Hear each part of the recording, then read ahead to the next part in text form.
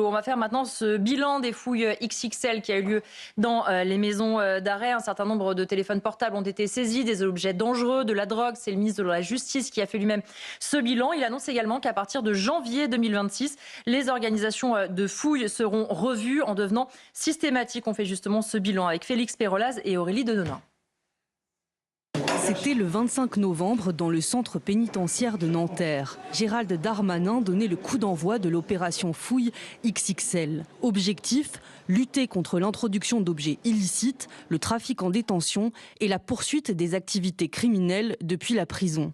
Sébastien Nicolas, secrétaire général adjoint du syndicat national pénitentiaire FO Direction, rend compte de la forte mobilisation des agents. Sur tout le mois de décembre, l'administration pénitentiaire s'est mise en ordre de marche pour organiser des opérations complémentaires aux fouilles qui sont organisées dans les établissements. Depuis le début des opérations qui doivent se terminer aujourd'hui, ce sont 1789 téléphones portables, 2558 objets dangereux et près de 13 kilos de drogue qui ont été saisis. Toujours selon ce syndicat, ces moyens restent insuffisants. C'est un travail que nous faisons déjà au quotidien, jour après jour dans nos établissements. Le vrai problème, ce n'est pas de réaliser des opérations coup de poing, opérations de communication. Le vrai problème, c'est d'endiguer l'entrée de matériel en détention. Le sujet, il est là. Aujourd'hui, on vit de l'océan à la petite cuillère.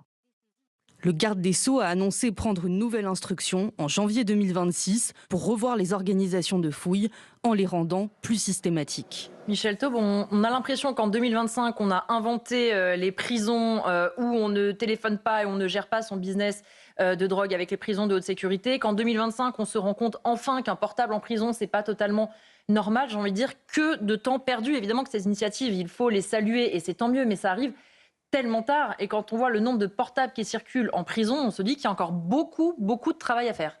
Oui, mais on paye aussi, on parlait du laxisme de la justice, mais il y a aussi le laxisme des lois votées par nos politiques. Bien sûr. C'est sous Madame Alliot-Marie, ministre de la Justice de droite, qu'une loi avait été votée par nos parlementaires qui interdisait les fouilles systématiques en prison. Parce que pour qu'il y ait fouille, il fallait qu'il y ait présomption de trafic, problème, en fait. etc. Et donc voilà, on a juste hérité de plusieurs décennies d'un laxisme profondément ancré dans les mœurs politiques et dans l'idéologie de nos politiques, de gauche comme de droite, j'insiste, et qui fait qu'aujourd'hui, effectivement, on se rend compte qu'on a des prisons qui sont des passoires, complètement ouvertes. On a aussi un personnel pénitentiaire de surveillants de prison dont il faut saluer le courage et qui manque de moyens, qui sont très mal reconnus par leur administration.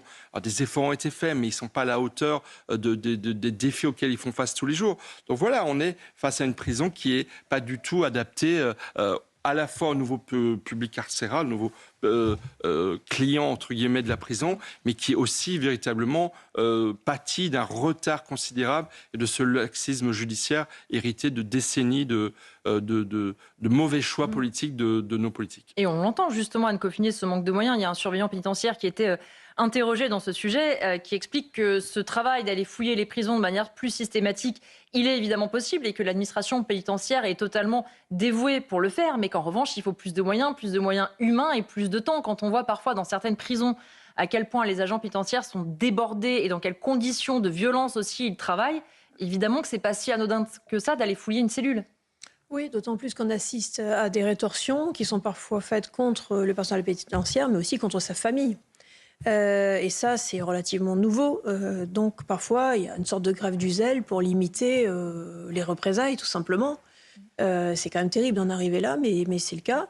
Et inversement, il y a certains petits criminels qui sont très, très surveillés, très, très contrôlés, parce qu'ils ne représentent pas beaucoup de danger. Et inversement, d'autres qui sont presque traités un petit peu comme des nababs parce qu'ils sont dangereux et qu'on n'a pas forcément envie, quand on est personnel pénitentiaire, d'affronter les rétorsions que ça peut induire. Donc ça, je pense aussi qu'il faut le regarder en face. L'autre chose aussi, c'est que comme c'est une cocotte minute, une prison, on achète la paix sociale de différentes manières. Alors on achète la paix sociale en laissant un certain nombre de portables, en laissant la drogue circuler, en laissant un certain nombre de messages circuler, en laissant cantiner au-delà de ce qui est normal. Et tout ça, ça fait que ça n'explose pas. Donc il faut savoir ce qu'on veut aussi. Ça maintient un certain calme. Voilà. Et c'est vrai qu'Alexandre Devecchio, une fois de plus, c'est qu'à force d'avoir trop cédé, aujourd'hui on a l'impression qu'on vide un peu l'océan avec une petite cuillère. Quand on voit un peu plus de 1700 téléphones saisis, bien sûr que c'est mieux que rien, mais on se dit, et d'ailleurs ce surveillant pénitentiaire le disait très bien, il y a encore tellement à faire. Oui, je pense que c'est lié à deux choses. Peut-être une part d'idéologie, mais je crois plutôt de laisser faire par manque de maîtrise de la situation. On repart du problème de la construction des prisons. Si on avait un parc de prisons adapté, avec des prisons adaptées pour les petits criminels, d'autres pour... Alors ça commence à venir, mais effectivement, c'est très tard. On pourrait rendre la justice de manière totalement différente. Pour rebondir sur ce qui a été dit tout à l'heure, on est, je crois, le seul pays à avoir un juge d'application des peines. Vous êtes condamné... Là, Gérald Darmanin a parlé de 1 an ferme pour ceux qui frapperaient des policiers. Je crois qu'1 an ferme, c'est jamais appliqué. Le juge d'application des peines. Et c'est pire que tout parce que ça sape toute forme d'autorité. Vous êtes condamné à une peine, vous ne l'effectuez pas. Donc, effectivement, comme on a laissé ce problème-là pendant des années, qu'on a laissé faire en se disant effectivement il faut acheter la paix sociale et que là ça nous explose à la figure, on est obligé de résoudre le problème dans l'urgence. Mais encore une fois, ça mettra du temps parce qu'il faut construire des prisons, différents types de prisons, et ensuite il faut mener une politique pénale qui ne s'adapte pas au nombre de prisons, mais qui soit juste adaptée à la réalité de l'insécurité dans ce pays. C'est vrai qu'Hélène Rouet, le problème d'avoir pris tant de retard fait que toutes les bonnes idées qui arrivent aujourd'hui, comme par exemple les prisons modulaires pour les détenus qui ont des plus courtes peines et les prisons de haute sécurité pour les narcotrafiquants, tout ça évidemment est à saluer. Le problème, c'est qu'on se dit personne n'a eu l'idée avant. Il y a vraiment, une fois de plus, c'est comme pour Bruno Retailleau et les naturalisations, c'est comme pour les fouilles de téléphone, on se dit personne n'y avait pensé avant, quoi. Oui, on a l'impression de découvrir la Lune alors qu'il a juste... On vient d'inventer les prisons, quoi. C'est on génial. vient d'inventer le concept de la prison avec un isolement et pas le droit d'avoir un téléphone portable. Mais je voudrais quand même véhiculer à l'encontre peut-être de ce qui a été dit. C'est assez rare pour le souligner. Là, on a quand même 2 sujets aujourd'hui avec les naturalisations, les régularisations, les chiffres de Bruno Retailleau et les mesures que Gérald Darmanin est en train de mettre en place, il faut quand même le dire, avec une politique assez volontariste. Bien sûr. Ils n'ont pas de majorité pour faire passer des grandes lois, mais ils essayent quand même à leur échelle, c'est-à-dire Alors on a peut-être l'impression que on vide l'océan à la petite cuillère, mais c'est vrai que c'est mieux que rien. Et peut-être que certains prisonniers, avec ces fouilles systématiques, vont peut-être réfléchir à 2 fois, je ne sais pas, mais en tout cas, moi je vois que c'est mieux que rien. Gérald Darmanin, il n'y a pas que le sujet des fouilles, c'est déjà très bien, surtout si c'est quelque chose qu'il veut vraiment réitérer. Il n'y a pas que ça. Gérald Darmanin, alors pour le coup, à l'encontre de Bruno Retailleau, lui veut porter un immense projet de loi, donc appelé le projet de loi sûr, pour que justement les sanctions soient beaucoup plus rapides, soient beaucoup plus efficaces. Et donc selon les informations qu'on avait au journal du dimanche, donc ce projet de loi, en fait, à la seconde où le budget est voté, Gérald Darmanin veut absolument foncer là-dessus, imposer son tempo parlementaire. Pas quand ce budget sera voté, mais... Non, mais c'est vrai qu'il veut imposer son tempo parlementaire pour que ce projet de loi soit adopté au plus vite. De ce que je comprends, il est assez bien ficelé, devrait passer sous les fourches codines du Conseil constitutionnel, on l'espère.